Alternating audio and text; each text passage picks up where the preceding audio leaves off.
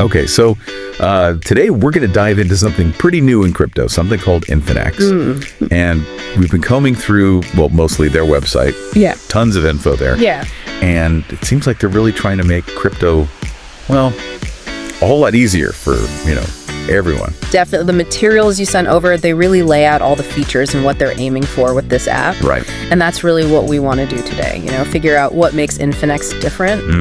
Especially for anyone listening who maybe feels like crypto is just a little too complicated sometimes. Exactly. Right. So one of the first things that jumped out at me was this effortless setup thing they talk about. Yeah. And the easy account recovery, all without those seed phrases we're all used to. Right. So how are they doing that? I mean, how can you ditch the seed phrase but still make sure people actually own their crypto?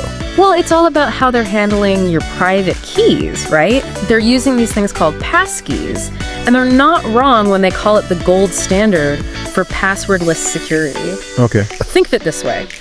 Instead of that, that piece of paper with the random words you got to keep safe, your account is actually tied to your devices. Right. Like maybe using your phone's fingerprint scanner or facial recognition. Oh, interesting. Or even a dedicated hardware key.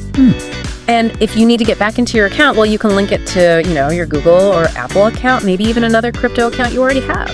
So that's how they do the recovery. Exactly. So no more lost your keys, panic. That's the idea. It's more like lost your keys, keep you cool. Exactly. No more stress. Yeah, a lot less stress. And when you really think about it, that's a big deal, especially for people who are just starting out with crypto. Oh boy. It can be really scary to think about having to protect those seed phrases. Oh yeah. So this way, it's just smoother. It feels more familiar, like the accounts you use for everything else online. Makes sense. But the important thing is, you're still in control of your crypto. Right. That's what non-custodial means. You own it. Yeah. Your money, your control.